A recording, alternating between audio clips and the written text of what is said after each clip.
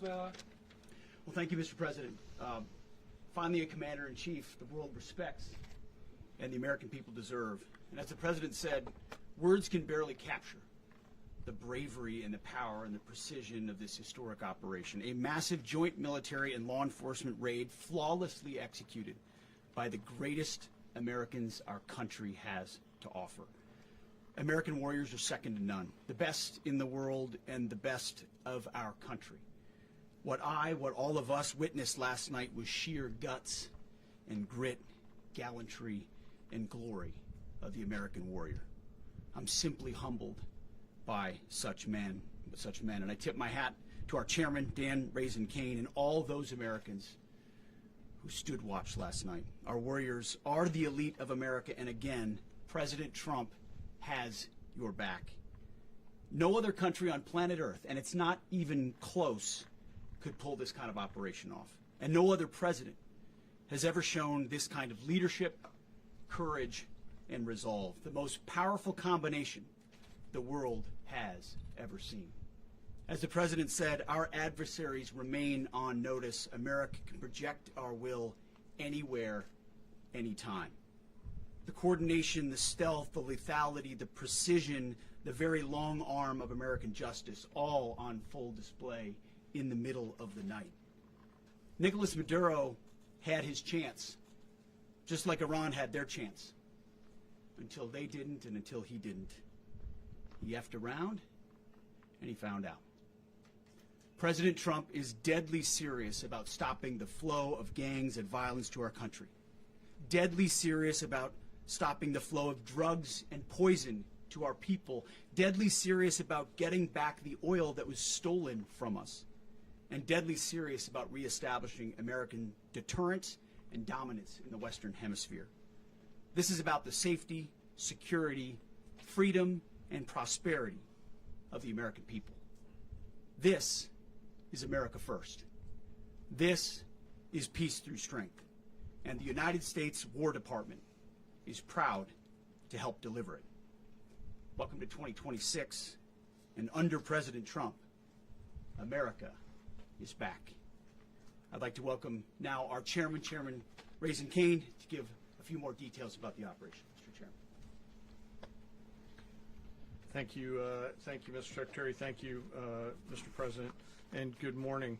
Last night, on the order of the President of the United States and in support of a request from the Department of Justice, as the President said, the United States military conducted an apprehension mission in Caracas, Venezuela, to bring to justice two indicted persons, Nicolas and Cecilia Maduro.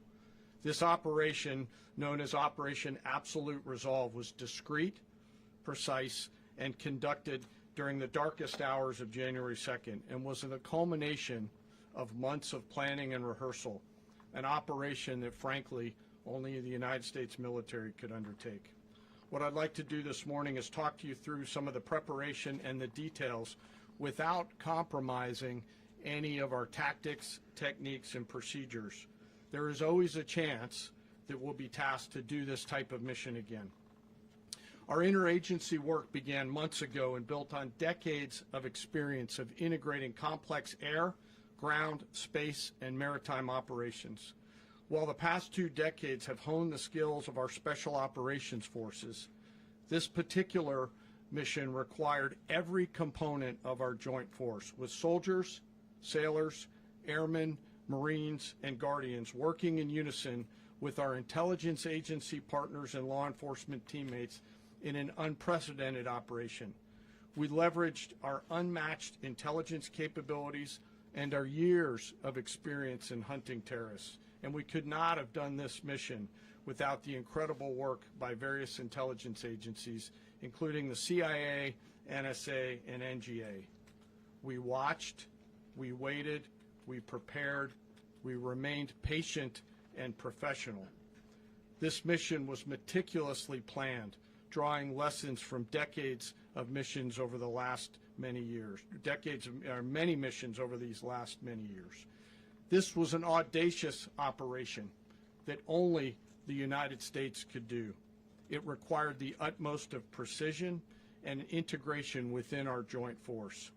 And the word integration does not explain the sheer complexity of such a mission. An extraction so precise it involved more than 150 aircraft launching across the Western Hemisphere in close coordination, all coming together in time and place to layer effects for a single purpose: to get an interdiction force into downtown Caracas while maintaining the element of tactical surprise. Failure of one component of this well-oiled machine would have endangered the entire mission, and failure is never an option for America's joint force. Those in the air over Caracas last night were willing to give their lives for those on the ground and in the helicopters. Let me talk a little bit about the preparation. After months of work by our intelligence teammates to find Maduro and understand how he moved, where he lived, where he traveled, what he ate, what he wore, what were his pets, in early December, our force was set pending a series of aligned events. Key was choosing the right day to minimize the potential for civilian harm and maximize the element of surprise, and minimize the harm to the indicted personnel, so as the President said, they could be brought to justice. And as the President said earlier today, weather in Venezuela is always a factor this time of the year. And over the weeks through Christmas and New Year's, the men and women of the United States military sat ready, patiently waiting for the right triggers to be met and the President to order us into action. Last night, the weather broke just enough, clearing a path that only the most skilled aviators in the world could maneuver through. Ocean, mountain, low cloud ceilings, but when tasked with a mission, this organization does not quit. At 10:46 p.m. Eastern Time last night, the President ordered the United States military to move forward with this mission. He said to us, and we appreciate it, Mr. President, good luck and Godspeed. And those words were transmitted to the entire joint force. Over the course of the night, aircraft began launching from 20 different bases on land and sea across the Western Hemisphere.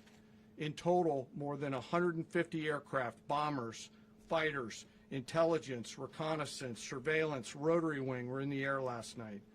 Thousands and thousands of hours of experience were airborne. Our youngest crew member was 20, and our oldest crew member was 49, and there's simply no match for American military might. As the night began, the helicopters took off with the extraction force, which included law enforcement officers, and began their flight into Venezuela at 100 feet above the water. As they approached Venezuelan shores, the United States began layering different effects provided by Spacecom, Cybercom, and other members of the interagency to create a pathway. Overhead, those forces were protected by aircraft from the United States Marines, the United States Navy, the United States Air Force, and the Air National Guard.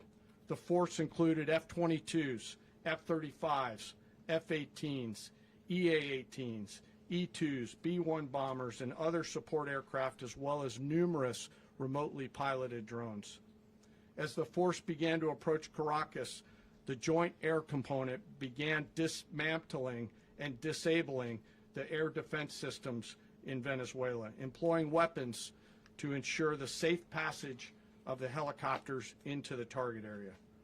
The goal of our air component is, was, and always will be to protect the helicopters and the ground force and get them to the target and get them home. As the force crossed the last point of high terrain where they'd been hiding in the clutter, we assessed that we had maintained totally the element of surprise. As the helicopter force ingressed towards the objective at low level, we arrived at Maduro's compound at 1:01 a.m. Eastern Standard Time, or 2:01 a.m. Caracas local time, and the apprehension force descended into Maduro's compound and moved with speed, precision, and discipline towards their objective, and isolated the area to ensure the safety and security of the ground force while apprehending the indicted persons. On arrival into the target area, the helicopters came under fire, and they replied with that fire with overwhelming force in self-defense. One of our aircraft was hit but remained flyable, and as the President said earlier today, all of our aircraft came home, and that aircraft remained flyable during the rest of the mission. As the operation unfolded at the compound, our air and ground intelligence teams provided real-time updates to the ground force, ensuring those forces could safely navigate the complex environment without unnecessary risk. The force remained protected by overhead tactical aviation. Maduro and his wife, both indicted, gave up and were taken into custody by the Department of Justice, assisted by our incredible U.S. military with professionalism and precision, with no loss of U.S. life. After securing the indicted persons, the force began to prep for departure. Helicopters were called in to exfiltrate the extraction force, while fighter aircraft and remotely piloted aircraft provided overhead coverage and suppressive fire. There were multiple self-defense engagements as the force began to withdraw out of Venezuela. The force successfully exfiltrated and returned to their afloat launch bases, and the force was over the water at 3:29 a.m. Eastern Standard Time with indicted persons on board. And both Maduro and his wife were embarked aboard the USS Iwo Jima. In closing, what we've witnessed today is a powerful demonstration of America's joint force. We think, we develop, we train, we rehearse, we debrief, we rehearse again and again, not to get it right, but to ensure that we cannot get it wrong. Our jobs are to integrate combat power so when the order comes, we can deliver overwhelming force at the time and the place of our choosing against any foe anywhere in the world. I am immensely proud today of our joint force and filled with gratitude to represent them here today. There is simply no mission too difficult for these incredible professionals and the families that stand by them and support them. As we stand here this morning, our forces remain in the region at a high state of readiness, prepared to project power, defend themselves, and our interests in the region. This operation is a testament to the dedication and unwavering commitment to justice and our resolve to hold accountable those who threaten peace and stability. In closing, I want to express my heartfelt gratitude to the brave men and women who executed this mission. Their courage and tireless commitment to our nation are what makes us strong. Thank you, Mr. Secretary, and thank you, Mr. President. Thank you.